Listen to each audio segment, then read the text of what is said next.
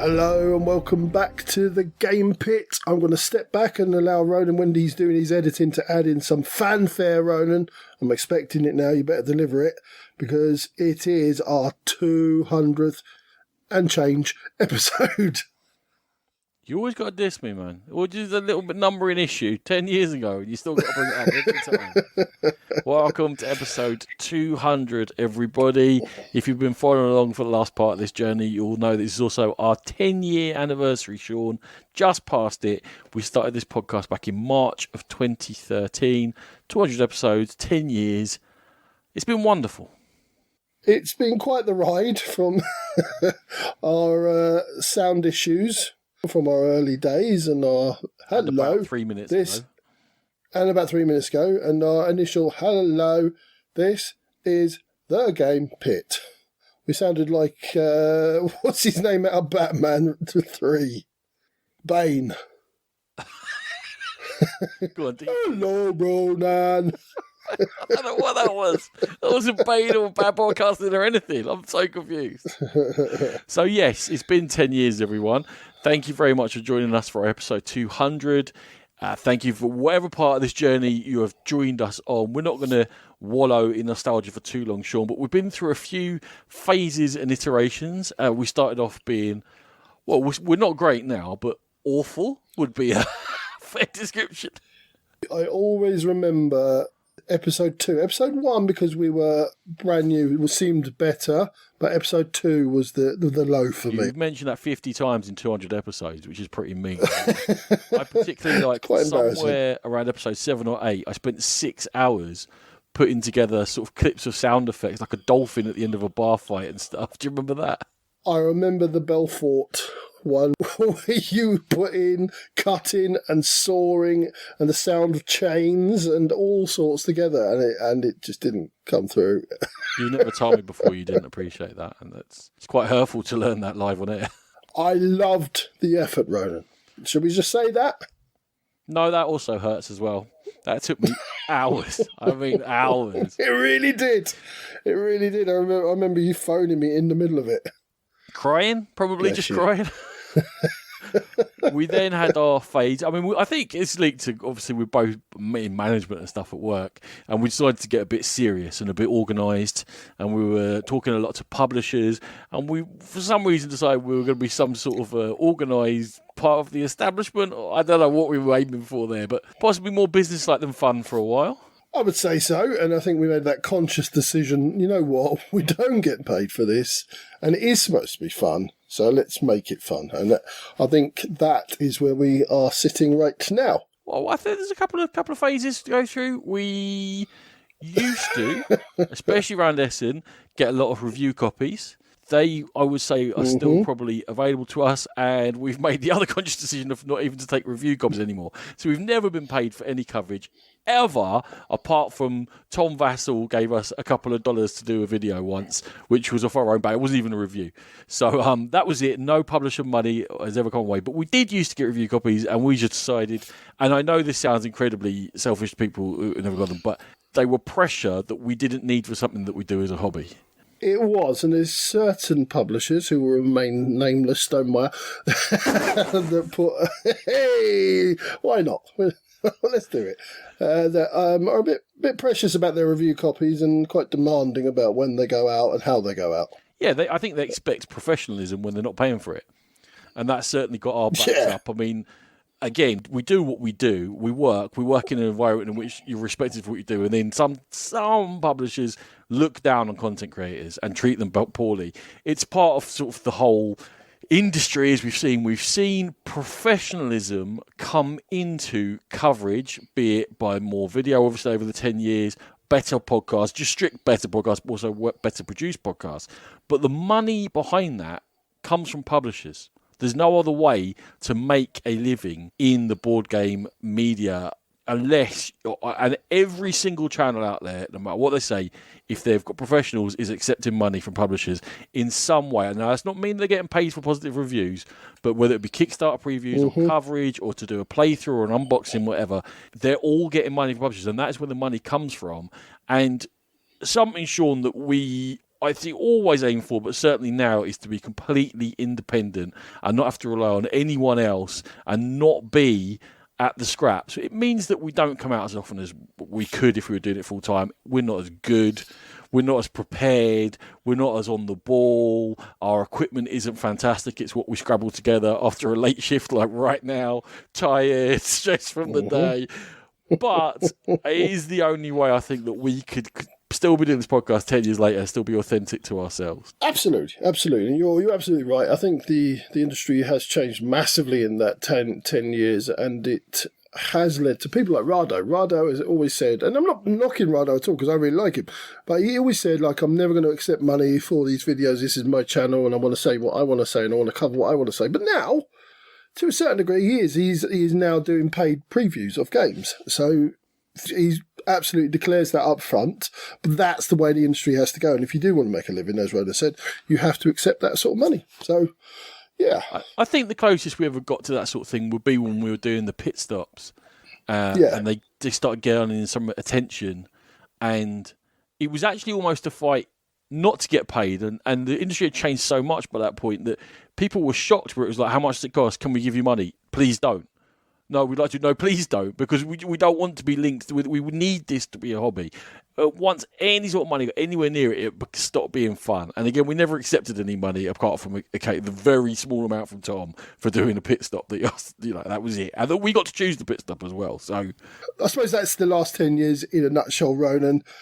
I've had my ups and downs. I've had my pressures with this, but I think I'm now in a very happy place with the podcast, and a lot of that's down to you. So I'm going to take this opportunity. I was going to say it at the end, but I'll say it now. Thank you for keeping the podcast going. So I'd like to say thank you very much for doing that. Well, it's really only reached 10-year mark because we enjoy doing it. And it gives us a reason to talk and chat, and which we're always going to do anyway. But it just gives us something to sort of focus on and do together. And it is ours. Just because my kids happen to be a bit older and I've got a little bit more time doesn't make any difference. At some point, something will go wrong for me and you'll take over, and we'll just keep rolling on with our small little podcast that we enjoy and certain people enjoy, and we're quite happy having it as it is. So thank you, Sean. You were the instigator of the Game Pit. You are the founding father. Only because I listened to some podcasts and thought I could do that better. Just pure arrogance, really.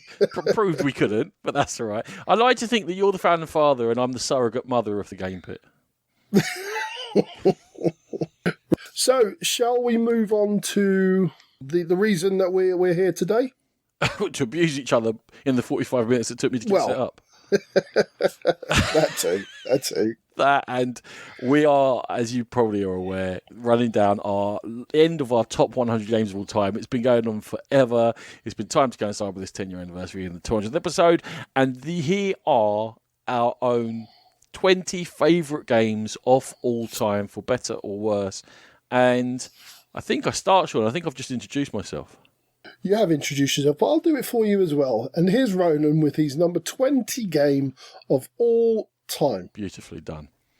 It's the story that I like to tell about the fantastic filler that burst onto the scene one LobsterCon. We are just back from our LobsterCon, but we don't know what we've played because we haven't gone yet.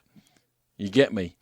But make sense of that if you can. A particular LobsterCon, you may have heard the story before. I stayed up all night drinking red wine, playing dozens and dozens of games of Love Letter when it came in the little envelope with an animal sticker on it. And it was just mind-blowing at the time that such a simple, quick game could lead to so much intrigue and laughter and surprise plays and chance random. And obviously the fact that we were well in our cups aided with that. But Love Letter has stuck with me. It's stuck with my family. It is still a filler that I will pull out and be surprised at how fabulous it is. Dozens and dozens, endless dozens of games of this. And my number 20 game of all time, one of my favourite fillers, Sean, Love Letter. Love Letter, as fans of this podcast from the early days especially, when I likened it to Snap, and being as exciting as Snap, will know my journey with Love Letter is a labour of love. Well, that's probably not the right way. An ever-growing love, shall we say. I started off, I didn't understand it, and slowly but surely I grew to love it. And it's definitely a game I thoroughly enjoy playing now. Still hard to get to the table in my house because Nat has steadfastly refused to find the love for it. But James loves it, and yeah, it's a great choice for your number 20. Thank you very much. What's your 20, Sean? So my number 20 is a funny one. It's a game that I really loved, thought that nobody else liked, realised that they did, and got it back because I previously got rid of it. It's Endangered. And it's all about saving animals in the wild. You've got your tigers, otters, what have you. And it's a game in which you are constantly building up your playing surface, and not just your own, but you're building up the tableau for everybody else to use. You're putting down action spaces with cards. You're working really cooperatively with each other. The theme comes through, especially if you love animals. It gets quite stressful, gets quite heated, because you are trying to save those tigers or those otters or those pandas. And I just think it all comes together to make a really interesting and exciting sometimes experience on the table that's Endangered. Nice choice. I haven't played it enough for it to have been a contender, but I think I'm one of those people you thought didn't like it, but actually I very much did. I thought you and Rachel didn't really get on with it at all, and both of you have separately said to me, no, that was really good, why'd you get rid of it? And I was like, I'm going to get it back. It makes you a bad person, basically. It does. So, okay, that was my number 20, your number 19, Ronan. My number 19, speaking of Rachel, more likely than not, if her and I are going to sit down and play a two-player game together, it will involve quilting and buttons and leaping each other on the track and a lot of abusing each other for the choices that have been left for the next person. Patchwork is fabulous. We've played another one so many times. Games are invariably incredibly tight between us. There's always a lot of laughter. We can read each other's plays so well. There's very much thinking about what I'm leaving for you as much as what I'm taking for myself. We've reached a different level, almost like a Zen level of predicting 4 or 5 moves ahead for each other and stitching each other up. And it is marvellous, a fabulous two-player game, one which I often still gift to people who are quite new, or they play games with their partner, or they're looking for a two-player game to play. I'll say this is the one, because it will blow your mind, and you'll start playing, and if you haven't played Polyanos before, you'll be terrible, and you will develop, and it's the sort of thing that creates a sort of a narrative for you to realise, and new strategies and new thinking, and I think it acts very well as a couples game at all levels. So my number 19 is Patchwork. Yeah, Patchwork is another great choice, Ronan. It's my go-to on the app.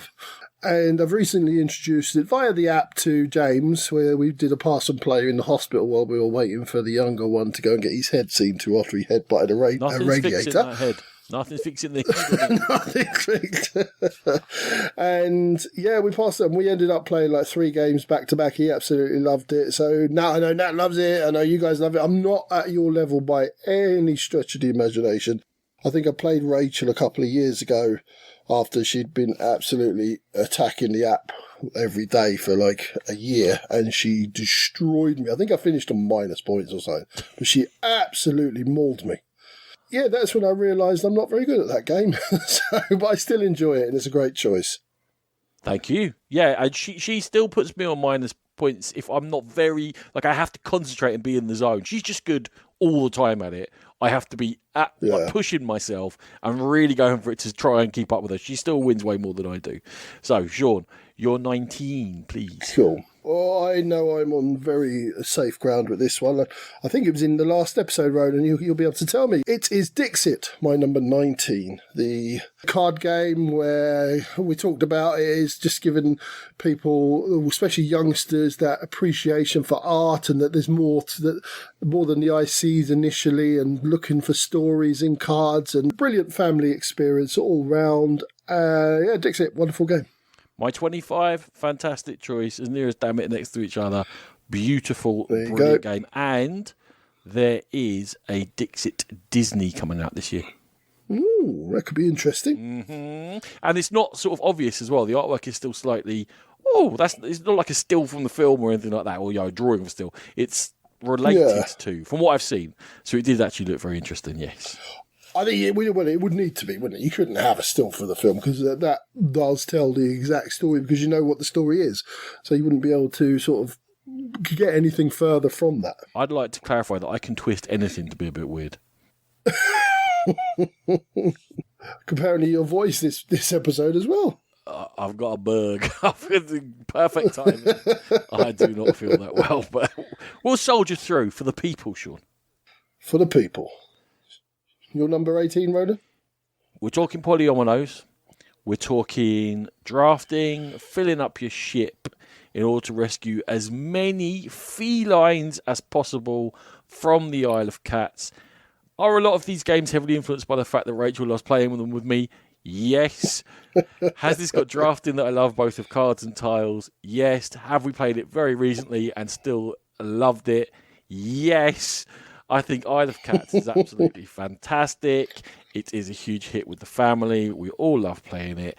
Another one that's been played to death and just glorious medium weight game, which again pulls you and pushes you. You can play it to a certain level and you will get better and better. You know, newer players will ignore the lessons and then you'll go, oh, maybe I'll go after the lessons. Then you'll take too many lessons and then you'll start evening up. And again, another one where you find your own balance of what your favourite way to play it is. So Isle of Cats, Sean, number 18 game of all time. We, as a family, adore it. Isle of Cats is the third game in a row where you have made me question whether it's in my top 100. I don't think any of the three are, but they were certainly right up there in the reckoning. Isle of Cats, again, another one. It's another favourite in our house as well, and it's a fantastic game. I'm not the biggest Polyominoes fan, but if there were two games that were going to pull that around for me, it would be Isle of Cats and Patchwork. So, yeah, another great choice, Ronan. I think we've had 10 years of you saying, I'm not a fan of this sort of thing, but I like those four. There's always the exception to the rule. Your life is an exception with tiny rules in. You're number 18, Sean. My number 18, I think it's one that... I can't remember what you think of it. I don't think you've played it enough, is what I think. It's Scythe from Stonemaier and... What you give with one hand, you take away with the other. Stonemaier, right? Second mention. Yeah, there you go. It's effectively a Euro game that has a war game pasted over it very, very thinly. You are trying to control area, you do have the option for battles, but generally you're collecting resources, you're trying to reach the goals quicker than anybody else. Great production, really solid gameplay, and I've always thoroughly enjoyed my games of Scythe, so that's why it's my number 18. The low bits that don't work as well inside is what keeps it out of my top 100, but the high bits and the good bits that work are what keeps it close to my top 100. I have played it loads. I've had varying degrees of enjoyment with the games, mostly due to the enthusiasm of the players around the table. And I find that if you get 4 or 5 players who are willing to look past the flaws and throw themselves into it, then you can have a fantastic gaming experience. It's not consistently fantastic to be top 100, but similar to what you said about mine, this would be in the next echelon of games. I like Scythe very much. I think it's a very good game. Cool. Right, moving on. 17, Ronan. Until we started talking about polyominoes, I had not realised that I put 3 polyomino games in a row in my top 20. So, there you go. This was... There's no reason for you to remember this, but last summer when I was doing reviews, I was talking about, I thought the Initiative might be the game of our holiday, or maybe it was 2 summers ago. Hard to remember summers and days and stuff. I think it was 2 summers ago. And it wasn't. But what did come through as a surprise was the Knizia campaign legacy-ish game, which has got a sequel coming, which has been delayed, My City, which is a polyomino laying game in which you're going through the eras and the rules which dictate how you lay your polyominoes and how they score and what your restrictions are change in a surprisingly thematic way. Now, it's not thematic, but if you squint, you can see why you're getting made to do certain things. Every single game, the rules change, but sometimes only a tiny amount. But in a clever system, sometimes a tiny rule change is enough to click your thinking over to the next level on the dial. We had an amazing time playing this. We thrashed through it to get it done before Ellie went back to uni, and we adored My City, and I'm very much looking forward to My Island coming out soon. and it's my number 17 game of all time. My City is my pleasure to play.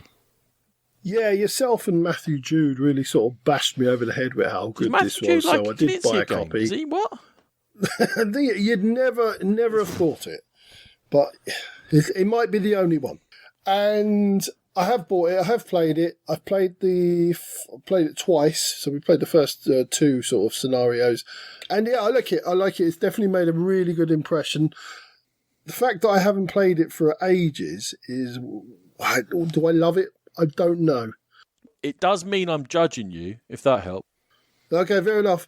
Didn't make me want to drive on and play it over and over again, but it's still definitely one that we consider and like, shall we get that out? But I am absolutely cult of the new, so that plays a massive part in it. I love to learn new games and play new games. They're always coming in the door for various sources, so that's probably why I haven't got it played, and it is a good game, and I'm looking forward to eventually giving it a proper go, as they say. You have to make that happen. It won't happen for you. Right, so my number 17 is absolutely, I think it's one of 3 or 4 on here that are very personal choices because of the theming, to be honest, and this is the first one. Letters from Whitechapel. By far my favourite hidden movement game. I have long been a little bit obsessed about the Ripper murders of London, and this was so well done and so sort of authentically done with the different murder dates and the different sort of where the murders were carried out and the people around at the time, the different detectives and what have you, Aberline and all that. And yeah, I fell in love with this game. It can be a little bit hit and miss. You have to have a good Ripper. But I'm terrible at being the Ripper. I always get caught in the first or second round. But if you have a good Ripper, it can be really, really good. But you've got to also be aware that then it could go quite long. So it does have its flaws, but I forgive them because of the subject matter. Letters from Whitechapel. I love Letters from Whitechapel. I have only played it, I'm going to say 3, maybe 4 times. Enjoyed it every time. It's hard to get a group that all enjoy a hidden movement game. That's like gold dust amongst gamers. For some reason, they're very Marmite. I will happily sit down for 3 or 4 hours and play Letters from Whitechapel. However, as you're saying, sometimes the game ends up being 45 minutes long. You have to be prepared for it. To get a good Jack is really hard work for them, or a good Ripper. Very hard work to be good. It does feel like you're cornered. But a good choice, Sean. I like Letters from Whitechapel a good deal, and obviously with your loving of the subject matter so much, a predictable top 20 for you and a strong choice. Cool, right. No, you're number 16, Ronan. It slipped a little bit in recent years, but I don't want you to see that as an insult to you, because you bought me the Deluxe Master Edition of it, which requires some curating to get it to be an ideal playing experience. But Yido has long been one of my favourite games of all time. It combines auctions and worker placement. It is incredibly cutthroat. With that master set now, you can sort of set a level of how cutthroat it is. So I guess one of the gaming nirvanas would be to get a bunch of players who know it very well and play it at a very cutthroat level, so that we will end up on about 4 points. That would just be perfect. It is glorious. The strength of the system now, it's got so many modules you can put in and out of the master set, and they all work. It's got that lovely production. But aside from all that, underneath it all, the skeleton is off. Kind of old-fashioned, mean. This game hates you and doesn't want you to do well. You're going to have to work hard for everything you get. Euro, which lasts about 2 hours, and it's 2 hours of sweating absolute bullets. It's created its own language amongst those of us who are Yido aficionados at London on Board from back in the day, in which we call the components by different things, and we're aware, and we can kind of call out what each other are trying to do and look to stitch each other up if you've got time to do it. Just an fantastic, incredibly interactive Euro game that works as a Euro and then just puts layer and layer of meanness and spite towards each other on top of it, which is all done in the worst possible taste, of course, and you really got to dig each other out a little bit. 16, Yido, the cause of aneurysms across the nation.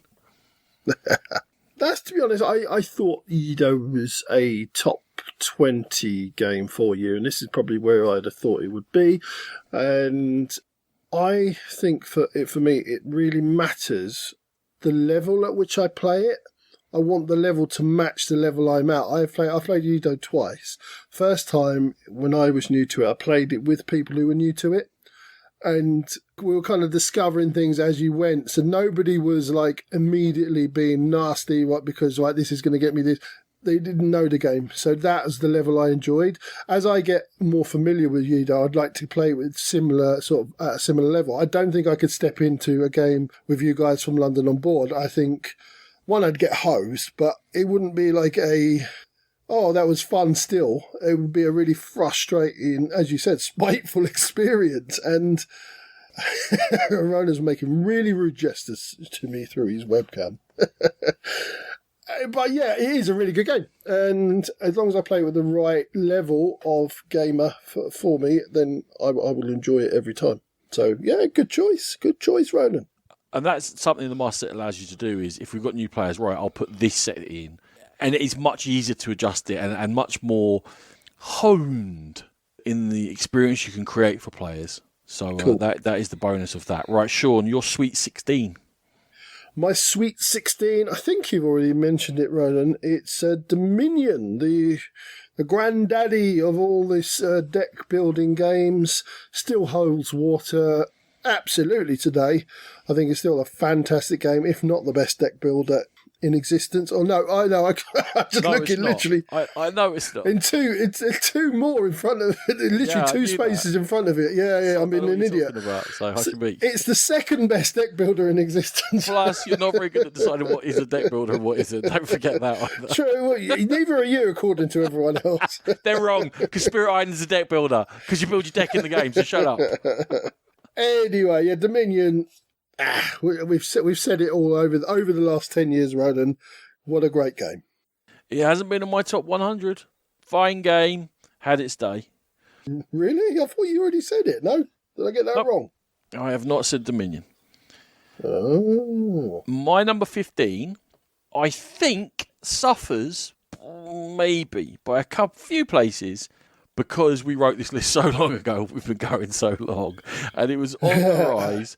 Combined between the two editions, we are talking well north of 300, possibly 400 plays off the one that we've talked about so much, we can't talk about it too long, the cooperative trick taker, the crew.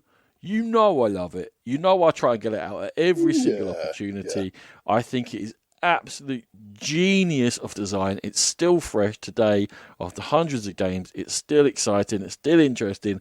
You know that I love an evolving cooperative puzzle that we're trying to work it out between us, and this changes every time. The crew is just classic gaming genius, simple design that will be around for many, many years. It's my number 15 according to this list. It's the trick-taking game that made me actually appreciate trick-taking games. So it's that good. It's the one that I actually started to understand with yours and Rachel's and Nat's help. And I think it's one of only 2 trick-taking games I've ever bought, and the other one was for Nat, so it didn't really matter. And I'm looking forward to bringing the crew, the Deep Sea Missions one, to the table with James and Nat in the near future. So yeah, it is a very good game. Well done. Thank you very much. So my number 15 is one that I've harked upon this for so long. It's just dropped out of my top 10 in this last year or two, probably because I've overplayed it, and it's Orléans. The first bag building game I ever really played, and it just does it so well. It's seamless in what it does. Bit of a race around the board as well to get to various locations, and building up that bag is always interesting about the direction you take. And the Orléans, it's a great Euro bag building game, Ron. It is very good. Probably slightly lacking in a little bit of flavour to take it top 100 for me. But another one I'm always happy to play it and is a very good game. Orléans. Right, you're number 14, Ronan. So, you know I live with Rachel, so we couldn't just have one cat-themed, vaguely, game in my top 20. No, I wouldn't be allowed into bed tonight if I got that. And you also know that we love the pain and heartache caused by this seemingly simple Calico. It is a brutal tile drafter, which forces you to try and create patterns, and then the bag just laughs at your dreams and hopes as you never seem to get the right thing. And the one tile that will be perfect for you comes out, someone else is going to take it ahead of you, and you just have to adapt. It's a game of looking for the pattern, seeking the pattern, and then desperately adapting in the last quarter of the game to try and scramble together what few points you can manage from the wrecks of your dreams. It is horror in pretty colours with little cats. Calico is great and already a stalwart in this house. Yeah, it is a great game. It's not quite top 20 material. I think you'll find it's about the 53 mark. I think that's the correct place for it. Really? Let me just double check. Oh, yeah, it turns out it is in the Year of the Dragon. There you go. I think it's your first one of these top 20 that's in my top 100. So it's obviously, there you go, it is a great game. Calico, brain-burning simplicity is what I would say for Calico. And funnily enough, that's how I describe you. How does he exist? How does he... Brain-burning simplicity in that boy. That's all I can tell you. Don't try and fathom it. We can only measure you in fathoms anyway. Good choice. Thank you. You're 14. My number 14 is the game that made me a liar that Dominion was the finest deck builder that ever lived. And it's also the second game that is very personal because of the theme. It's DC Deck Builder. I love DC. I love deck building games. So therefore, I love DC Deck Building Game. It's quite simple, probably one of the most simplistic deck builders out there. The cards do play thematically for me, and all my favourite characters are there. And what not to love, it's also James's favourite game in the world, so I get a lot of enjoyment out of that too. A miracle is occurring behind your head, and you're not even aware of it. What our good listeners can't see is that Sean's got quite a cool piece of Justice League artwork up on the wall of silhouettes and colours of the members of the Justice League, and they've all simultaneously started weeping. Wasn't this your number one for ever? It was never my number one. Get out of here! No. When we get to what was my number one forever, I will point it out. Okay, I'm going to think about that now. Yeah, this was top 3, definitely. That you beat. Oh, it was definitely. It was 100% top 5. Yeah. But, no, squeeze it to 5. Sure, treat me like that. No, you win. I will. But yeah, it's just the games that are all ahead of it are just such well put together games and such clever games. Sean, I'm not judging you. They're who's crying. Are they judging me? Sorry, Justice League. Just wait. You've just made me wave at my picture. I wish we had the video of this. I'm so easy. They're not angry, they're disappointed. DC Deck Builder is fun, light, frothy. I'm very happy to play it. My number 13 is not fun, not light, not frothy, and you're definitely not always going to be happy when you get to the end of it and you try and count up your rooms and your vegetables and your livestock and how many begging cards you've taken and the fact that you had all these plans and you couldn't put them together, and why was I short one piece of wood, and why does Uwe Rosenberg hate us? Misery Farm, as it was dubbed by some fools many a year ago. Yeah. Agricola continues to be at the very pinnacle of worker placement Euro games. It has still, again, something that has been a theme through this, tightness, where you have to prioritise. It's not about getting a million of everything. It's not about lots of moving, whirling cogs. It's about focusing on your few actions each round. Yes, it has the feeding mechanism, which in general I do not enjoy. However, to swim along Sean's lane, sometimes the exceptions prove the rule. Agricola is one of the original with the feeding mechanism and is amazing because it is so punishing. It's not a throwaway. It's not you're going to earn 6 but you have to spend 3 every turn. It's like, how are you going to feed them? Learning the cards, learning the decks, learning the strategies. There's depth to this game that is beyond. The number of cards that are available is insane. no more than 5 people in the whole world can possibly have even looked at all those cards. It's just not possible. It is an absolute stone cold, probably underrated nowadays classic. It was obviously right up there in the ratings back in the day. Agricola, amazing. Firstly, stay out of my lane. Greenpeace can only do so much. We swim in pods. It's just that's nature. Yeah, I had Caverna in at number 82, Idiot. and I know you don't. You much prefer Agricola. I prefer Caverna, and I think even then Agricola was just outside my top 100. It was definitely in contention. It is a fantastic game. I think Caverna is just that little bit lighter, a little bit less foreboding, and that's probably why I like it a little bit better. Agricola, I can't argue with it. It is a fantastic game. I don't always have fantastic experiences playing it, but that's generally due to my poor play, to be honest. So, yeah, I can't really blame it for that. Nice. You're unlucky 13. My unlucky 13 very much drops into that pool of your beige Euro games that you'll play if you want to, I'm pretty sure. It's Rococo. I think, well, obviously I think it's a great game because it's my number 13. Is it? Would you say it's a deck builder? You are building your deck up slightly as you go. This one has deck building in it.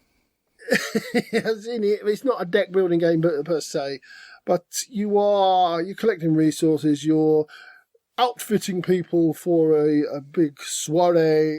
It's just a very good Euro game with lots of little elements that I enjoy. The resource collection, the economy side, the slight bit of deck building in there, and it all comes together to form a really nice experience. Not the deepest thinking game out there, but definitely an enjoyable one, and enough, as I say, brain tickle for me to enjoy running. An enjoyable game. I'm happy to play, but probably slightly too high on the trademarked Iki rating for me to rate it as. Is it? Because I don't think it's an Iki game. No, it's not. Okay, I don't know if the Iki rating is the right thing. Tell me what the right rating is for this. It's not that it's that difficult to do anything. It's that you're doing few things, and there are things that you must do. So therefore, the breadth of what you can try and do and get away with and still be successful at is limited. So yeah, it's definitely a very tight game and not massively different avenues to victory. As you said, you are all kind of doing the same thing. So I can see that, because quite often I say one of my favourite things about games is when there is that freedom to go off on your own path and win the game. This one doesn't have that. This is very tight and not on rails, but not far off them either. There you go. That. Thanks for summarising Thanks for summarising my thoughts better than me. The cold is starting to hammer me as we get towards midnight. Okay. Sometimes I think my number 12 is high up in my ratings due to nostalgia. It probably being the first co-op game I ever played, reputation, that sort of thing. And then I get Pandemic out, just base Pandemic, and I play it. And I say, Christ, this is an amazing game every time. And as discussed previously, it provides a different puzzle and a different challenge, and you have to adapt. And you're constantly on the fly and on the hoof and talking to each other. And as new information comes out, you've got to adapt to that new information within enough of a limitation for that things don't feel random. There is a slight pattern to it, but you can still get punched in the face sometimes. Pandemic to me is just a glorious, glorious game. Another evergreen. One of the first games I ever purchased for myself out of the hobby. If you talk about my return to the hobby about 15 years ago, something like that. Yeah, my number 12, Sean. Pandemic is a classic for a reason. Another one where it took me quite a long time to warm to. We already said Pandemic Legacy is my number 31, and that's the game that made me appreciate Pandemic. And I like it. It was never really in contention for my top 100. It was in my thoughts, but I always knew it was outside the top 100. But still, I do enjoy it now, and I do see the magic and the beauty of it. So, yeah, I am happy with your choice there, Ronan. My number 12 is it's my highest Lacerda game, and it's On Mars. I fell in love with On Mars a few years ago when it came out. It has got a massive learning curve to it. The game in itself is broken up into two areas. You're on a ship, and you're doing all actions there, and you have to plan going down to Mars itself to build up your buildings and what have you, move your rovers around. So it's as much a planning game as it is an economy game and a strategy game, because you are constantly thinking, that's what it is, a strategy game. You're constantly thinking ahead and thinking, right, I need to get down to the planet then to do this, and then I need to go back up because I'm going to need resources. But it all works. It's all really thematic. It has a really nice design quality. Everything, once you know it, makes a lot of sense. And I think it's a very clever, a very enjoyable, but a real hard taskmaster of a game. I'm going to put a pin in you. Go on then. I'll be sharing my thoughts on Mars in the next month or two. Oh, are you sure you want to put a pin in me, though?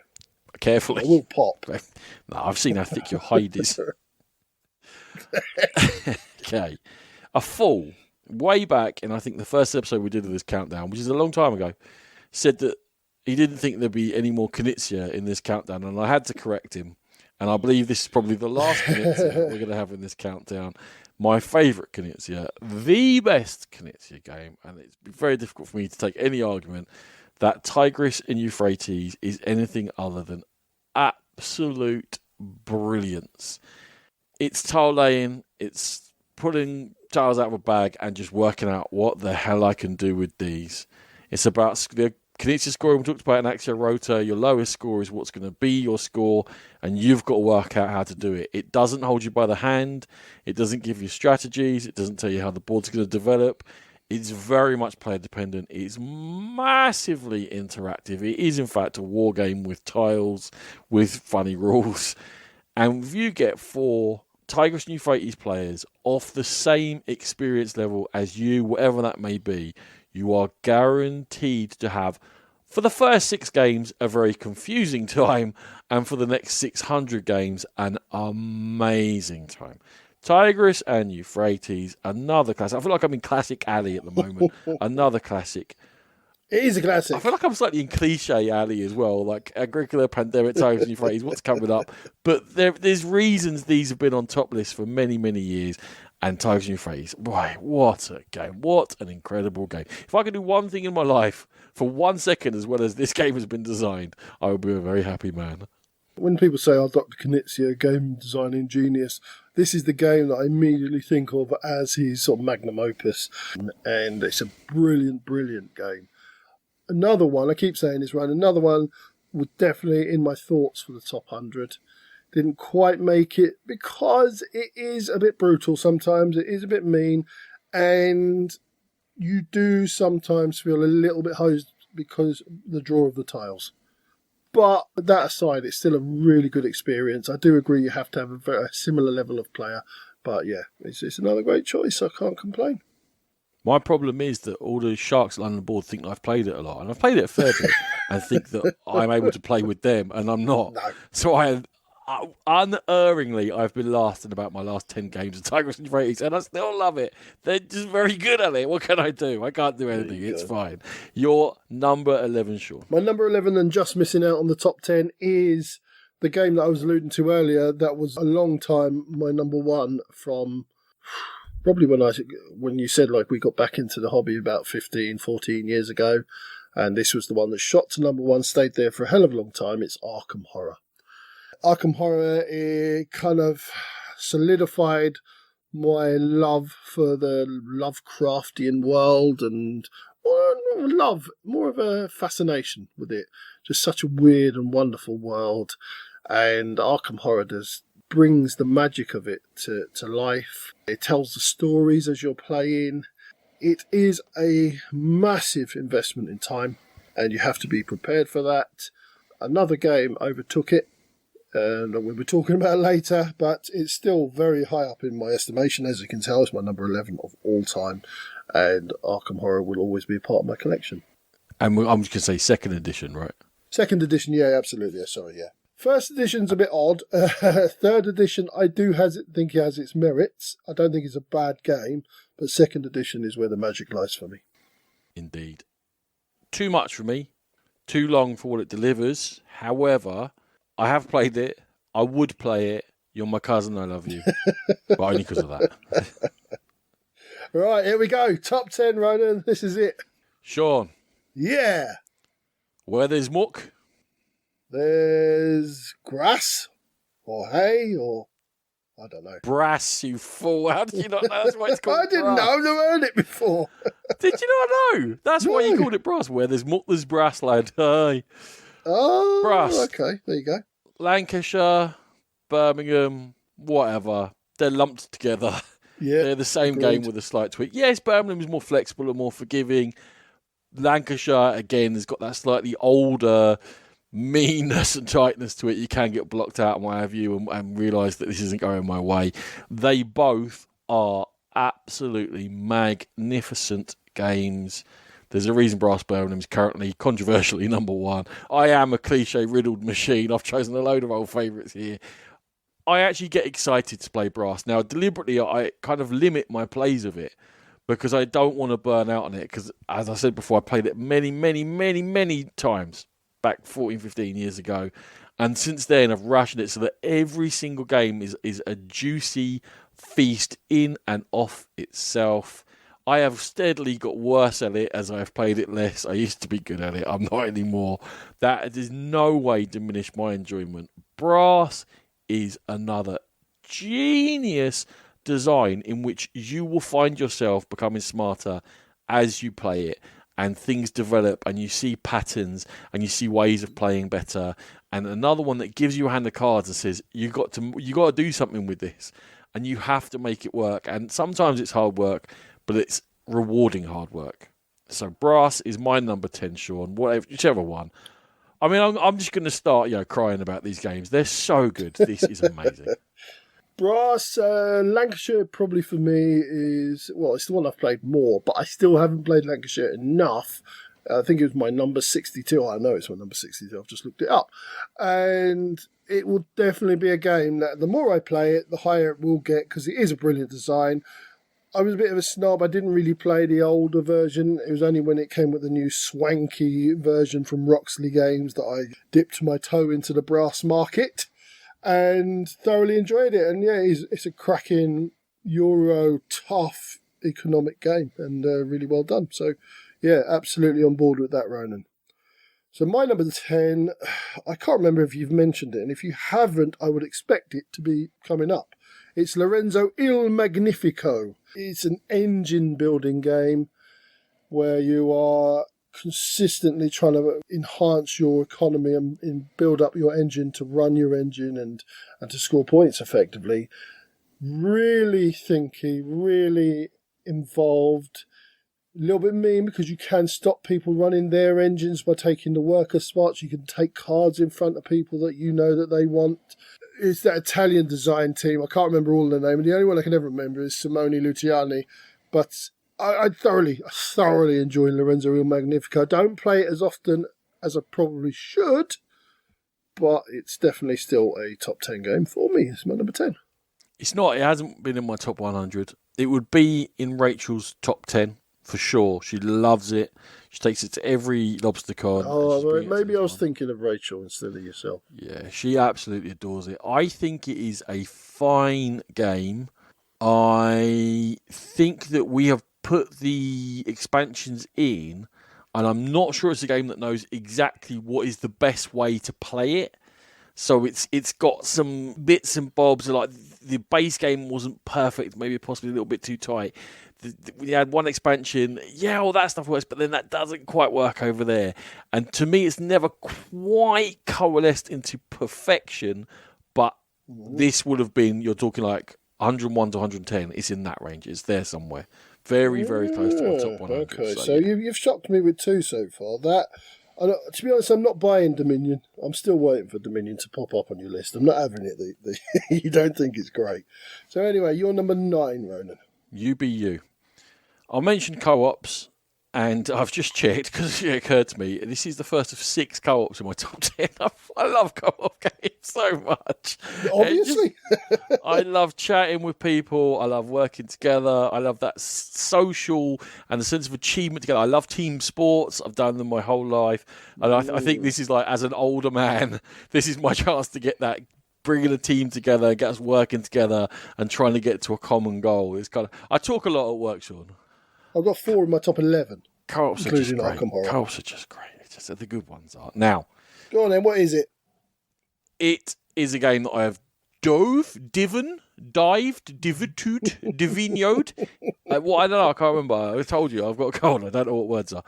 Back into in the last month or two, and just rekindled the flame and the love of driving those invaders away from our home as the spirits of Spirit Island. It is a deck builder. It is such an amazing game. The flexibility of challenge, the flexibility of the different... It gives me everything I love. It gives you different spirits that work in very different ways. Are you going for fear? Are you going for annihilation? Are you going for control and slow build-up? Are you going for the quick strikes to stop them from expanding? Then when you throw in that you've got different nations that have different powers, then when you throw in that you've got different scenarios, then when you throw in that different fear cards will come out every time, then when you throw in that you can deck build, and that with the expansions that keep coming, you've got more and more deck building options. Spirit Island is such an amazing, again, another highly rated one, but an amazing cooperative game. It only speaks to how lucky we are to have rediscovered this hobby, that this is only the 6th best cooperative and 9th best game. Because if this was number 1 in my list, I would have no complaints. And the same for probably any of the top 13 games. I love them all so much. Spirit Island is magnificent. I think this is probably the first one that I don't see the love for in your list so far today. I'm getting the abusive hand signals again, everyone. I'm not happy, but I'll continue because I am a professional. You're not. We've been over that. I've only played it once, and that'll be the caveat. I just didn't see the love for it. I felt that what I had to do, and I was playing the most basic character. I think I was Earth, and then what I had to do was very prescriptive. He's very slow. And I had to do hard to win with. Yeah. So yeah, it's Earth, and I was kind of. There wasn't a lot of choice for me. What was there, it was very obvious what to do, and I didn't feel like I had a lot of choices to help the team. I had to do a specific thing. So maybe if I was to try some of the other spirits and see how they work, I'm not writing it off, but so far I'm yet to be wowed. I don't think it's the type of co-op that you love. There's not a lot of actual story to it. It is very mechanical. We said that at the same time. It's almost like we know each other. We did. Almost like we've spent 45 years talking to each other. Yeah, I understand that. I knew that it would never be a big hit for you, but Spirit Island for me is just glorious business. You're number 9, Sean. Yeah, it certainly has its fans across the globe. So my number 9 is the game, when everyone says to me, what's the biggest under-the-radar game that you love that nobody really else does? And I will always say Dungeon Command. Dungeon Command is a wonderful experience of a game. Yes, it's a skirmish game. I'm not really a skirmish fan. Never really been into that type of game, but this one is done so well. Very easy to learn and get into. All the usual characters and what have you from your Dungeons and Dragons, and the factions all come in their own box, ready to play, and they all make thematic sense. They do what you think they should be doing. The card play is very clever, and it always, I've never known a game that hasn't come to a really tight, thematic, clingy, like, oh, am I going to win this or am I going to lose it? Finish. And there's always been those moments that we talk about all the time that you remember, like Ronan's attacking my Umber Hulk and it hanging on just enough for me to get around and win the game. And I'm getting the hand signals again. But Dungeon Command is just such a good game, and I don't really know why it wasn't a bigger splash. So there you go. I'm number 9. It is the skirmish game for non-skirmish game players. It really is, yeah. Probably, sure. Like, if you got into skirmishes, you want that flexibility of building your own faction and having your own powers and setting your own cards up, or however they work. I don't know, because I don't play skirmish games. I've certainly been tempted lots of times by them, but just it's too much time to put into, given that I don't have time to play the board games that I love. I enjoy Dungeon Command greatly. It would be in my top 200. I think it has got some slight wobbles in it here and there, but is a lot of fun. And that is the most important thing, that every time we've played Dungeon Command, I have enjoyed myself. And I didn't really care who won. I'm sorry to break it to you. I was just having fun. Yeah, didn't you? The amount of swearing would tell that's that was a lie. happy swearing. Was it happy swearing? I think you touched on it then. I think it's probably neither fish nor fowl in the skirmish world. Something's a bit foul. Now, you're number 8. Sean. 4 of us, maybe a couple of beverages, few tortilla chips, end of a gaming night. We're going to have some fun. We're going to roll some dice, and people will end up jumping up from the table, crying and or laughing, pointing, shouting at each other, and someone will come out as the Lord of Vegas. I'm on board. In here for the numerous fantastic nights I have had playing this with friends round my old flat, just laughing, standing up for dice rolls, the improbability of taking over a huge casino and then it coming up and scoring you those points. It is all about fun. It is all about laughter. It's all about having a good time. It's got chance in it, but it's not completely random chance, but that doesn't mean you couldn't get hosed. It invokes the theme of being a casino and gambling without you walking out at 4 a.m. without any shoes on. Lords of Vegas, for the good times, is within my top 10. It's my number 8, and I adore it, and I adore the memories it's given me. I thought this might have slipped out because you haven't played it, or you haven't mentioned it, at least to me, for a long time. I've had many of those experiences that you're talking about. I was part of, and I thoroughly enjoyed it. Had a couple of negative experiences with it, which were people-based and they were personality-based, but a couple of people got a bit too upset about things, and it just put a little bit of downer on the game. Probably knocked it out of my top 100. But it was certainly a game that I had a lot of fun with. So, yeah, good shout again. If you want to name me, you can name me. I'm right here. It's okay. Yeah, for once in your life, you weren't one of those people. That's pretty remarkable. That's why it's my number 8. There you go. So my number 8 is one of the major players in, when I talk about building my own tableau in front of me and being able to see it at the end of a game, I've built that. It's one of the major players for that, and it's Suburbia.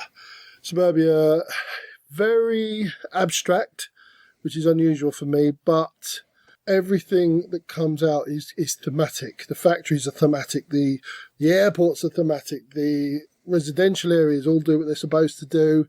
Really clever bidding system.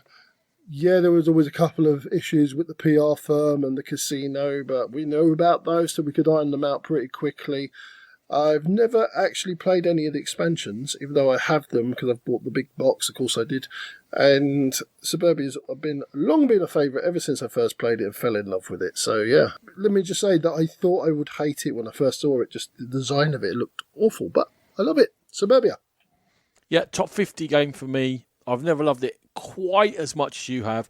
You've always made me feel bad about that, but it's a top 50 game. I love it, Sean. I love it. I'm not obsessed with it, but I love it. It's a great game.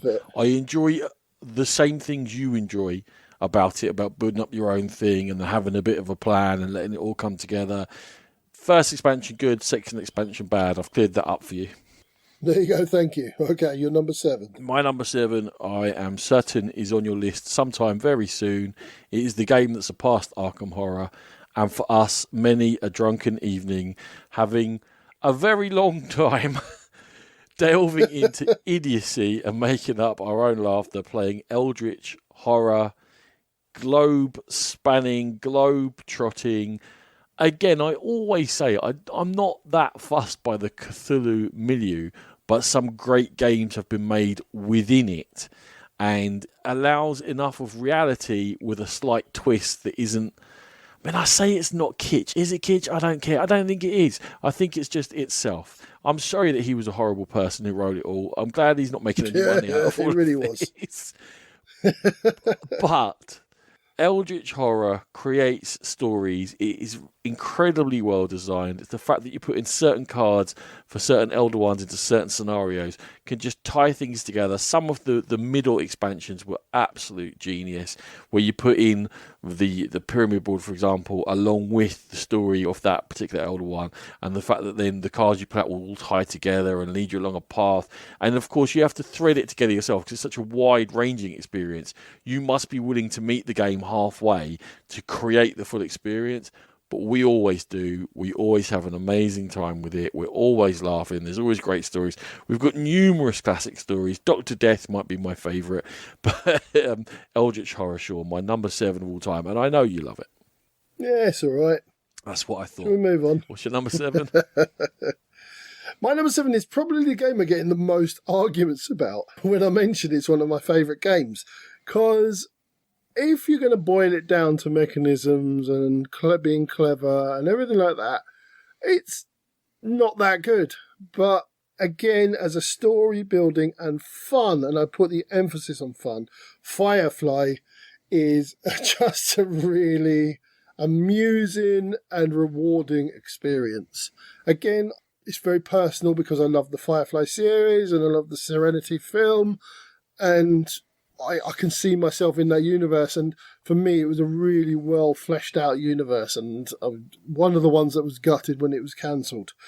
But I have great stories, and we have great conversations in Firefly, and there's great dickery going on, and it's just a really fun experience all the way through. And that's why it's remaining in my top 10, Firefly, number 7. I've started to doubt Firefly, and it's not from any play of it, it's from not having played it. And I've started to doubt whether I do have that much fun with it. And it's been on my to get played list for about 4 months, and I haven't managed to do it. And I wish I could give a more up-to-date opinion on it. I've had tons of fun playing it. We have had a lot of laughter playing it. It's because it doesn't make sense, Ronan. Like, you look at the mechanics of the game and the mechanisms, and you think, right, that's a very, very bog standard pick up and deliver game. It doesn't, but when you play it and you know the characters, and there is a bit of dickery and there is complete random, but it's funny random, and you're expecting the random. That's the beauty of it. Don't do the start scenario. We've been saying it for years. It makes you play a whole game of it and then stop, and then play another game of it and then stop, and then play a third game of it with 3 different goals. Use a different and alternate start scenario if you are going to play it for the first time. I do like Firefly. It is currently on this ranking just outside my top 100, but it is pending a docking space, Sean, and could find itself launched somewhere into the midst of this. And I am gagging for a play of Firefly, let me tell you. Cool. Right, what's the one that missed out on your top 5? Ronan? It was your number 31, Sean, so I expect you to have it immediately to tongue about what it is. I talked about its elder, smaller... Pandemic Legacy. Well, that cut me off on my build-up, yeah. That did, sorry. That was a bit... Yeah, you won me. Number 12 was Pandemic. Number 6 is Pandemic Legacy Season 1. It took that system. It added one of the few truly successful legacy systems to it. It was surprising. It was unexpected. It was challenging. It took a long time to play. It appears to be now received wisdom that you don't make legacy games that long anymore. Well, if they're really good, you can make them that long because they work. And it was just so good I played it through twice, put it that way. Pandemic Legacy Season 1, another one that made it to number 1 on the charts. I am just a walking cliche, as I keep saying. But it was a gaming experience within itself that can never be repeated. It's bottled lightning. Others have attempted. No one has quite got there. And it is a memory that, of course, I can't really go back and play again anymore. I've done it twice. But I will always treasure. And inevitably over the years now, this is going to slip down because it's not one I can go back to. But I hold very dear the memories of my 2 playthroughs of it. Just an absolute brilliant system. Based on that Skeleton of Pandemic, which shows what an amazing system that is to have produced so many good games out of it. Yeah, as it was my number 31, probably the finest legacy game there's been, and definitely set the standards for sure. My number 6, I know again, I'm on very firm ground with Ronan. It's the game, Ronan, that I was really shocked wasn't in your top 10. is Mythic Battles Pantheon. What wonderful experiences we have. Some ding-dong battles. Even the 3-player game was absolutely brilliant. We had, again, that was a memorable game, and that's what it's producing, memorable game after memorable game. And very much in the same mould as Dungeon Command for me, with those little battles that take place within the greater battle that you remember and the stories that unfold. Really clever system. I still get really confused with the exploding dice, but Ronan's often on hand to sort me out there and tell me what I'm doing. It's even been used as a tool for my son's schooling now, because he's doing ancient Greeks as one of his subjects. So we're going to play some Mythic Battles Pantheon, and he's going to learn about all the different heroes and monsters and characters. Yeah, it's my number 28, as discussed previously, just due to lack of plays. I've played it a handful of times. That's what keeps it that low. And the fact that I can say that number 28 game of all time, with the thousands of games I've played, is low, shows how incredible it is. Like I said, it's our retirement game, Sean. We're going to play this when we retire. It's happening. Okay. Cool, right. Into the top 5. Ronan, what is your number 5? You knew this game was coming, so don't shout at me, all right? Sentinels of the Multiverse. Get out of here! Brilliant. It really is. I will say that for a modern audience, I would say it is beginning to show a bit of clunk here and there that could be streamlined. However, that clunk to me means depth and texture and flavour. The variety in heroes is incredible. The variety in villains, the fact the environments give the little twist.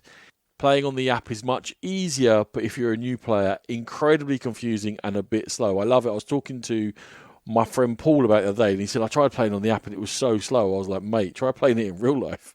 Try four-handing that bad boy with 1 million tokens on the table trying to keep everything in track. Trust me, the app's quicker than that, although it does go through its animations a bit slow. But it's one that Ellie and I is like our own private little, we have fun, no one else around us loves it as much as we do. There are some players at London on board, and on the odd occasion I have been able to sit down and play with them and had a ton of fun with them. It's like a little cult. And when you find other Sentinels of the Multiverse fans, there's always that shared language, and you will be having fun together. It forces you to talk. It forces you to work together. It means that not everyone's going to be having amazing turns every time. That's not the sort of game it is. You must sacrifice yourself to the greater good, and sometimes you'll be able to do the things you want to do, and sometimes you just can't. You have to be the person that discards cards, which is to a particular taste, but it is to my taste. Again, another game that I have well over 100 plays off, and there's still bits of it I haven't explored in any depth whatsoever. Sentinels of the Multiverse, Sean, I know, but I love it. I'm not angry, I'm just disappointed. You're not disappointed. I am. He's an intelligent boy. He'll realise one day, but here it is, sat as your number 5 of all time. And you had to throw Ellie in, so I can't be too rude. No, because she's a darling little girl, okay? She doesn't want her Uncle Shawnee upsetting her. All right, fair enough. Each to their own. This one for me is just so high in the FAF rating. This is up in the 90s in the FAF rating. It's just so fiddly and faffy and frustrating. There you go, 3 Fs. I can't argue it. It is faffy. I think that's what I said. It's faffy. It is faffy. But it's amazing. It's so much depth in there. There's so much to chew on and go. Arr! There's so many choices. There's so many ways to go. Oh, mechanically, it kicks Marvel Champions behind. It's just that Marvel Champions is quicker, easier to play, and it's got Marvel characters. Fair dues, right.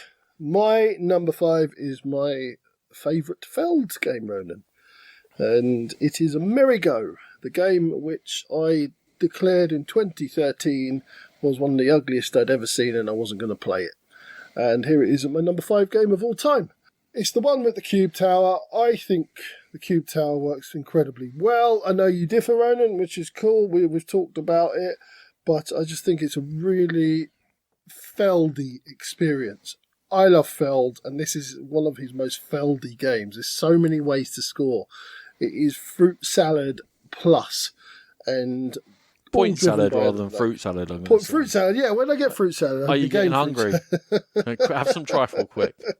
Point salad plus, and I love myself a bit of Amerigo. Now, the reason I like the Cube Tower is something I think again where we kind of veer off from the same path. Is I love getting those decisions and having to make them on the hoof, and you love sort of thinking 4 turns ahead, and this is what this gives me, that on the hoof decisions all the time, and that's Amerigo. Nah, that's not why I don't like that Cube Tower. I think that there's a lot right with this game, and I rate it very highly, and I do enjoy my plays of it. My issue with the Cube Tower is that if all the cubes come out in one slot at the wrong time for you, and you've planned for it, it can swing the whole thing someone else's way. When they all drop into wherever, the sixth compartment, and it suits what someone else has done, and you're not quite ready for that on this turn, it's gone. And sometimes there's too many turns where, you should have the choice of being able to choose your actions, but they all come out and you're like, well, we're all going to do that action because it's power 6 this turn. So we just have this turn of I do it, I do it, I do it, I do it, I do it. All right, let's move on. That was a dud turn. And that is what keeps it from being top notch. It's still a top notch game. Although outside my top 100, we'll be within my top 200. I enjoy America. Cool. All right, number 4. Is the granddaddy of deck builders. Go on. Dominion will always bring me back to the times when a load of my oldest friends, who are still my friends, I've been friends for 30, 35 years, were also getting into gaming. And we were all in our late 20s, early 30s. We all had jobs, starting families, all the rest of it. And we would still stay up till 3 a.m. like idiots because we were addicted to playing Dominion. It was one more game for game after game after game. And it did something completely different. It was the magic of it. But the sustained magic of Dominion is that it still stands up. And that you can still get out a set of Dominion cards, look at them, and you're still solving that puzzle. And it almost gives me that co-op-y, puzzly thing while I'm being competitive. And depending upon which cards you either choose or randomly put in, it's going to be a different experience, and you're going to be pulled in different ways. And what other players do does actually matter to what you're doing, and yet it plays so quickly and cleanly. And it has been so influential in so many ways on all these games, and so many games that we've just mentioned that have implemented deck building in some way. They still work the same way as Dominion cards work. They give you extra actions or extra buys or extra currency. It's just absolute pure gold of a system. Yes, worked on, but never improved on. And Dominion is just an absolute mainstay of game design and a gaming experience and worth anyone's time. My number 4 is Dominion. Well said. Much better said than I did. That's what I was thinking. My number 4 is Eldritch Horror. Another one. It took over from Arkham Horror as my number 1. It's just dropped down. Again, probably through lack of plays, because I don't get it to the table as often as I'd like to. Even though it is shorter and more streamlined than Arkham Horror, it's still quite difficult to get to the table. But as Ronan said, it's those stories. My favourite one was playing, and our friend Chris managed to get eaten by the same dog 2 or 3 times in a row, so his nickname for the rest of the weekend was Pedigree Chump. That's the kind of just silly humour that comes from games of Eldritch Horror.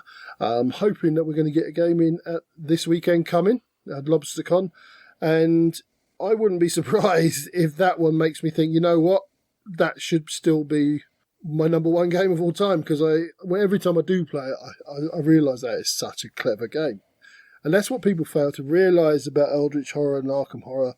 But Eldritch Horror specifically is very clever. The way they weave in the story to the gameplay and make it all seem really thematic. And yeah, Eldritch Horror, my number 4. It's a strong choice. It's you are right. It is great. Okay. My number 3 of all time was your number 22 of all time, and I think that possibly partially reflects upon the number of plays we have each had of it. I've mentioned that I'm playing a Steam campaign of it and loving, again, Gloomhaven. Another cliche. It shouldn't work, but it does. It's genius. It's one man making. You talk about an opus for Tigris and Euphrates. This is it for game design. For one guy to pull this off, it is the constant choices. It is the hand management that you're always forced to do. It is the requirement that you work together and communicate, Perea.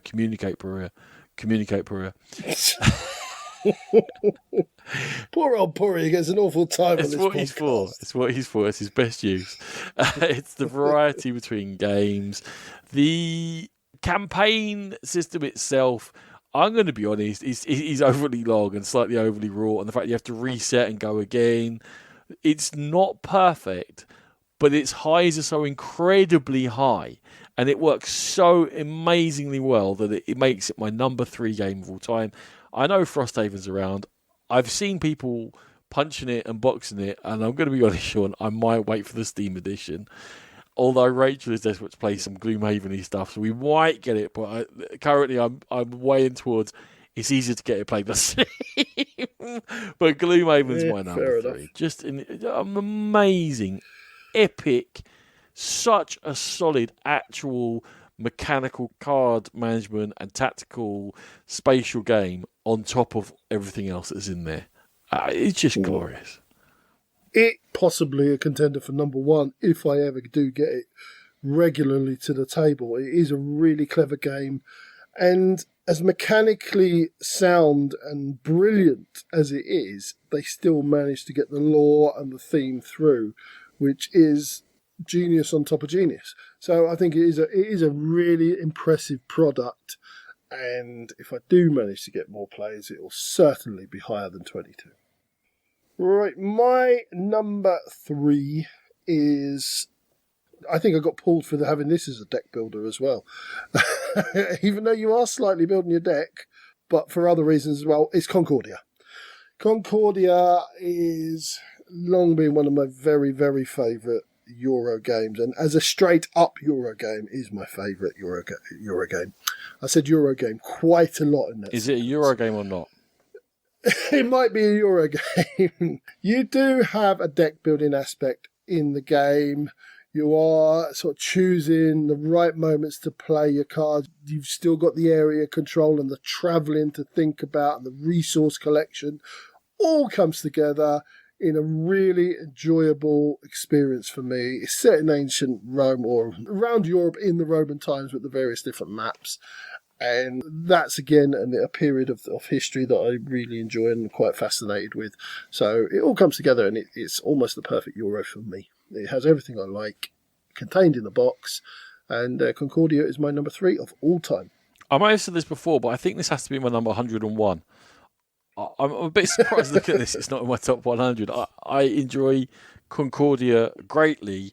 And were I to sit down and write this list today, and we always say that these lists are changeable, I imagine it would be in my top 100. I like Concordia a massive amount. I've got that Solitaria ready to roll to see if it adds some spice to our 2-player games, which we also enjoy. It works at different player counts. I've played Venus with the team with many, many players.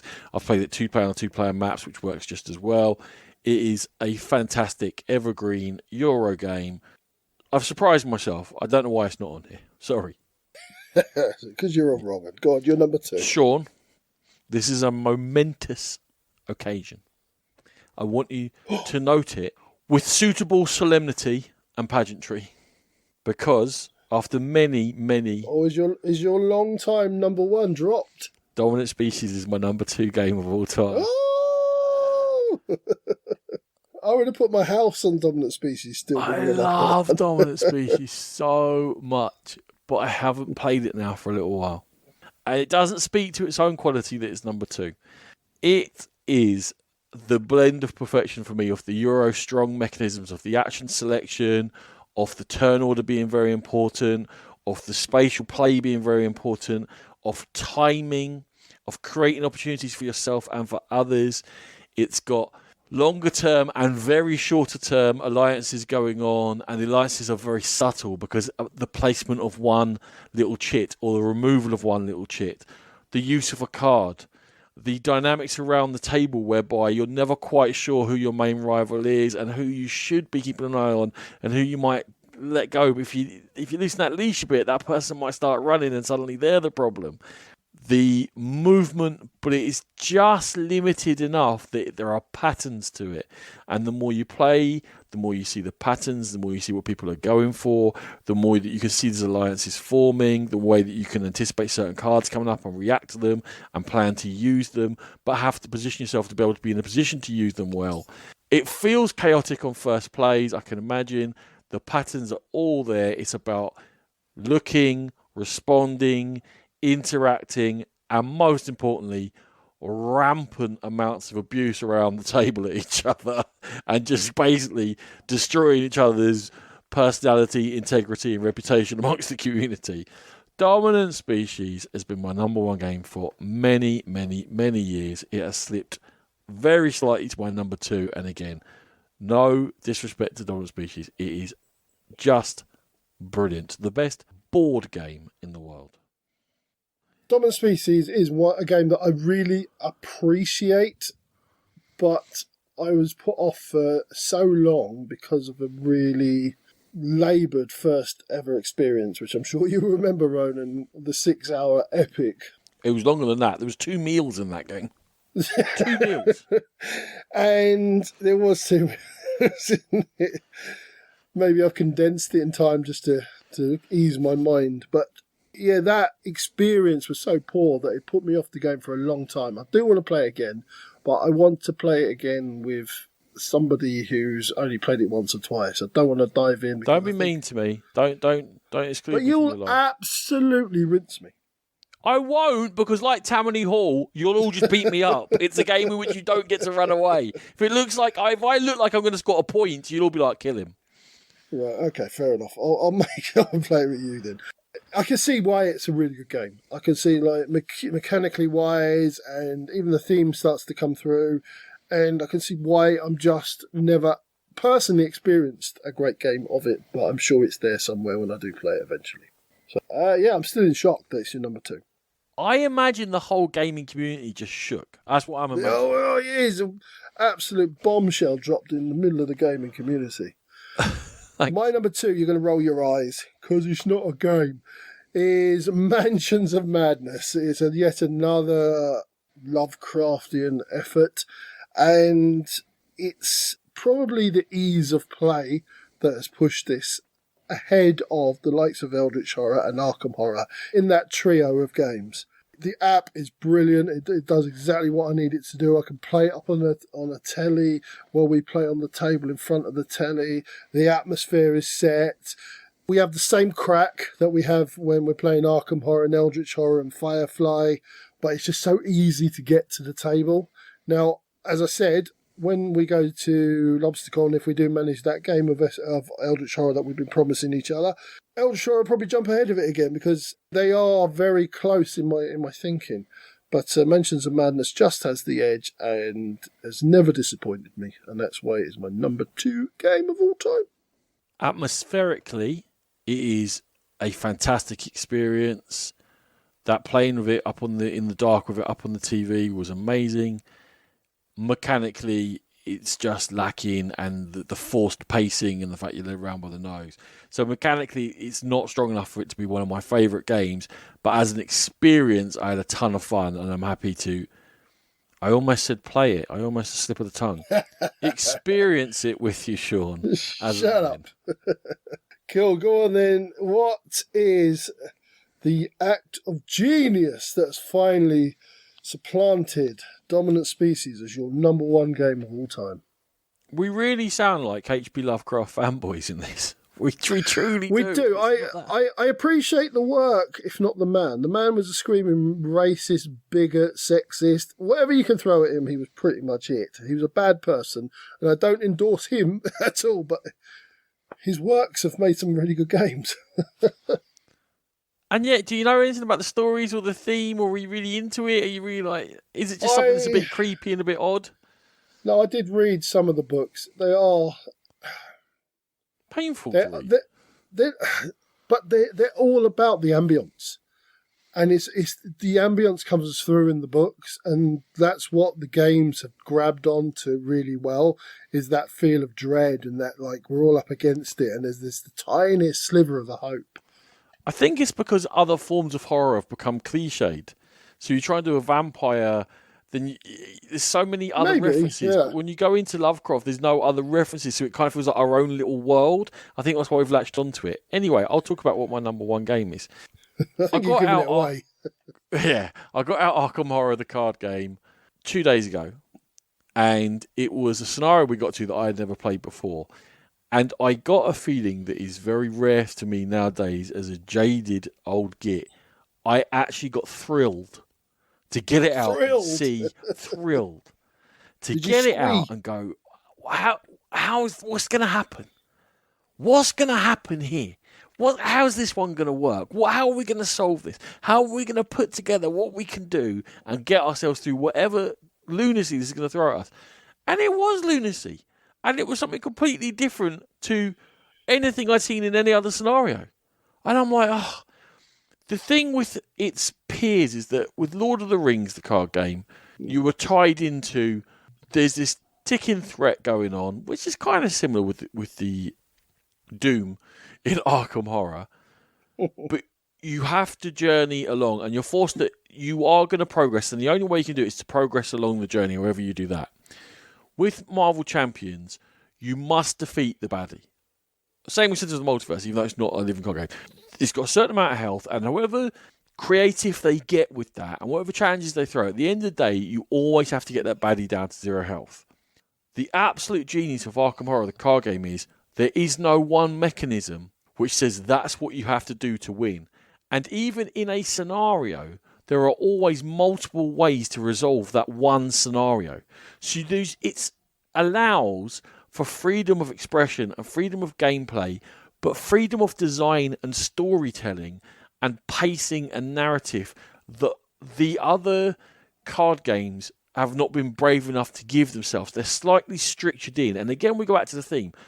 The whole Cthulhu scene is a gamer's scene. It's from Call of Cthulhu role-playing game back in the 80s through. We have made it our own. And when you're dealing with Lord of the Rings and Marvel, you probably can't take those risks. You probably have to go, it's a bit of a structure, and you have to have a bit more of a limited play space. In Arkham Horror, the card game, they have gone wild. You have got master designers of cooperative card games who have been set free and said, the stranger, the odder, the more varied the challenge you can pose, the better it suits this theme, and the more we want you to do that. So when you do open a pack of Arkham Horror, now don't get me wrong, sometimes you're going to be like, oh, this is kind of a standard one where we have to go around, we have to get some clues, we're going to have to fight some thingies, and we're going to have to develop and to pay our clues in. But quite often also, you're going to go, hold on, what? And you're going to be in the streets of Paris, and this thing's going to turn up, and you're going to be like, oh, you have no way of harming that, by the way. What? What do you want me to do? Don't know. Work it out. And you're like, whoa, whoa, whoa, and you're just stopping going, what are we doing here? Or you're going to be on a train trying to get out to visit something, and suddenly, sorry, spoilers everyone, the train's going to start disappearing and locations are going to disappear off the board. And if you're in there, you're not dead, you're gone. You're actually out of the whole universe. You've been sucked into a void. You're like, what? What are you doing? I was just like wandering around this train chatting to people, seeing what's going on. No, you're out of here, mate. And it treats you like an adult. It says, here's a situation. Respond like an adult. Respond as if you're there. And that is when you'll get the most out of it. And it's that sense of exploration, excitement, tightness, working together, experiencing a story, but every time you play the story slightly different and you're discovering different things. It is absolutely remarkable. There's a ton of content for it. You don't even need a ton of content for it. In just like the base set, you've got probably a dozen plays. Once you start going on beyond that, it just exponentially grows. And Arkham Horror, the card game, is my current favourite game of all time. I adore it, Sean. I knew you really liked it. I didn't see it being your number one, but It's a game where I have dipped my toe into it. I can see how good it can be. I've just done the opening scenario, so I do want to play it. It will come to the table quite soon, actually. We were talking about it just the other day. Nat said, well, we got that, and she bought me a nice box for it and everything. And why we're not playing it? I said, well, we really should play it because it's a very good game. I said, Ronan and Rachel absolutely adore it. If we've got any questions, we can always ask them because Fantasy Flight rulebooks can be a bit hit and miss. Good shout. I'm looking forward to dipping my toe into that. Given how much I love the other Lovecraftian games that I've mentioned on my list so far, I'm sure I will love it too. So my number one of all time is a game I actually managed to get to the table the other day. So I was a little bit wary going into Ronan because I thought, is this going to solidify my thoughts on it? Or am I going to think, actually, no, it probably isn't. But luckily it solidified it. It's Eclipse, the Euro game in space. Why do I love Eclipse so much? Because of that Euro aspect to it. It's a little bit different than your average 4X game where you are just moving around the table. You do have to look at your resources. You do have to build up your technology. You start with very basic ships. If you want to attack anything in the universe, you need to get the technology in. You need to build up the weaponry on your ships, the defense capabilities of your ship, and to do that, you have to explore, you have to get resources in, and it all works so well. On top of that, you've got your basic Terran sides, which all do the same, but if you flip the cards over, you've got your alien races, and they are all different, so you're all starting with a different strength and a different weakness. On top of that, we played a 3-player game, doesn't quite get over the 4-player hump, which is that when you have a 4-player game, it's all about alliances, and you make alliances, and you can be a traitor, you can go against your alliance, and it's another facet to the game that just makes it a brilliant experience all round. So I played the other day with Nathan and Terry, who have been on the podcast before. Nathan had been asking me for a long time to play it and bring it round, so I finally went round and we played it. And the next day I got a text from Nathan saying, can you come round tonight as well? I want to play it again. It was so good. And that is the magic of Eclipse. It's just such a good experience. And yeah, it's been a long time in my top 10. And I think just recently I've started to appreciate it just a little bit more for how clever it actually is. And that's Eclipse. My only problem with Eclipse is that I play it once every 3 years. yeah, that's genuinely. It is one of those. So yeah. if it had more often and more regular plays, it would have a chance to start really digging into this 100. But it doesn't, so it's just outside. It's just been pushed aside by other games. That's why I don't own it anymore. You owned it and we live near each other. And then obviously moving away, as we both say, we don't have access to certain games as much anymore, as much time as we seem to have 10 years ago for some reason. So Eclipse is one game that I am always happy to play. It is certainly a top-notch game, and I think it is a fine choice, and another one that I know you've loved for a long, long time. And I'm glad that your fear was all for naught. Yeah, and I think the second edition solved a few of the issues. Not that I would have ever found the glass cannon conundrum or whatever it was called, where people had found a pretty solid way to make sure they won the game, and everyone had to follow suit. But I think it's cured that, and it's added a few expansions in and stuff like that to keep it fresh. Nice. Now, we didn't share Lovely many games in our top. We shared 3 in over our top 100 overall of each other of our top 10s. So there wasn't that much of a crossover. But from the games that we both rated highly, I've pulled together a little bit of a joint top 7 games of all time, Sean. See if you're happy to endorse this. Number 7, Terraforming Mars. Okay, that's solid enough, yeah. You're going to like all of them there. You did rate them all highly. I haven't stitched you up. I haven't thrown Yeah, cool. Yeah. I know, I was thinking more like solid, yeah. I expected that to be a crossover for sure. Number 6, Mythic Battles Pantheon. Thought it'd be higher for you, but yeah. Number 5, slightly surprising, possibly, Dixit. No, I think we both have had a lot of love over the years for that. Number 4, Pandemic Legacy Season 1. Mm-hmm. Number 3, you're dragging it down, Gloomhaven. Sorry. Number 2, an oldie but goodie, Dominion. The granddaddy himself, or herself. And actually, as with the last time we did this 5 years ago, our joint number one game we both agree is in both our top 10s, the only one, is Eldritch Horror. Eldritch. Yep. Yeah. Well, it was my number one last time, and it was in your top 5, so yeah. It is that good, and I think it gets a little bit overlooked by a lot of people because it is another Lovecraft game in that Arkham Horror sort of style. I don't, even though it's very popular, don't get me wrong, I think it should be more popular. I think it's that clever. That's the thing that gets me with that. Whenever I play it, it's not just, yeah, it's a good game, but it's so clever. It's so well put together and thought through. It is quite long. It's very long. That is true. That is true. I think not as long as Arkham, though. Not as long as Arkham. Oh, well, that's why Arkham's not up there. It's too long and too crazy. I remember the first time we got Arkham out around my house to learn it and all the rest of it. Oh, man, I don't think I've recovered ever from just being overwhelmed. That was just nuts. To me, Arkham Horror, the card game, gives a very similar feel, obviously, it will still take you maybe 90 minutes, 2 hours to play a scenario, but it is slightly more condensed and more manageable. So, Nat much prefers, she likes Eldritch Horror, don't get me wrong, but she much prefers Arkham Horror. But she loves the familiarity of the locations and the characters that pop out of the locations. I think they're more tailored to the locations, where Eldritch Horror is more spread out and you get random people and random things in the locations. I mean, she's wrong, but I accept that she does think that. Okay. Cool. All right, well, yeah, there you have it, everyone. We have finally got our top 100 of all time finished, Ronan. How are you feeling?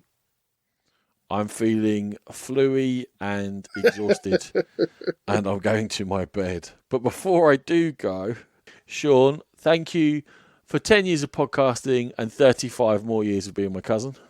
And likewise, thank you. As I said at the top of the show, Ronan, so there's an industry term there, the top of the show. I like that. Great, you are a pro. There you go, I've shown you now. Thank you for keeping it going. I love you very much. I'm editing it all out anyway, but thanks for saying it. Just fair enough. Sean, for the 204th time, see us out. We are very proud members of the Dice Tower Network. Go to that and to the Dice Tower itself for gaming goodness galore. Should you wish to contact us, and please do, tell us we're wrong about our top 100, tell us we're right. Whatever you want to say, if you've got ideas for the show, please let us know. We'll listen to anything.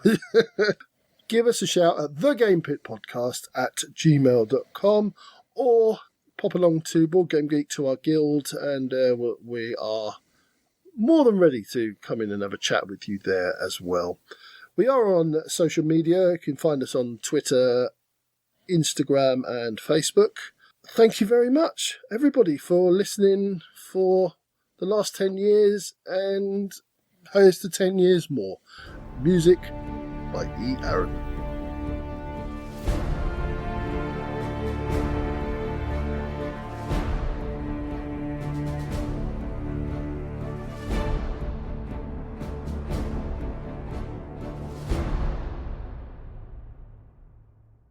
Boy, boy, boy, boy, boy, celebrate, boy, boy, boy, boy, boy, boy, boy, boy, boy, boy, boy, boy, boy, boy, boy, boy, boy, boy,